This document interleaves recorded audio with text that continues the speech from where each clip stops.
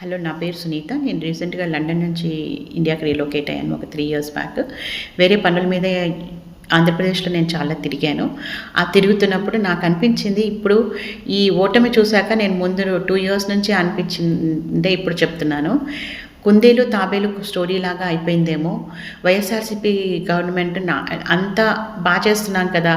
మన పథకాలే ఒక wonder and Jagan అనే ఒక లెజెండరీ లీడర్. సో, అన్నట్టుగా వాళ్ళు కొంచెం రిలాక్స్ అయ్యారా? ఈ తాబేలులాగా వీళ్ళు టీడీపీ వాళ్ళు బాగా వీళ్ళ గురించి నెగటివిటీ చెప్పడంలోనే వీళ్ళు విజయం పొందారు అని అనిపిస్తుంది. ఇప్పుడు వాళ్ళు ఎంత మంచి చేస్తారో అనే దానికంటే వీళ్ళు చేసిన మంచిని మర్చిపోయేలాగా చేశారేమో అనిపిస్తుంది. వైఎస్ఆర్‌సీపీ ప్రభుత్వం చేసిన మంచిని ప్రజలు మర్చిపోయేలాగా చేసి, మేము ఇంకా మంచి చేస్తాము అనే దాన్ని వాళ్ళలోకి బాగా చెప్పడం జరిగింది అనిపిస్తుంది. సో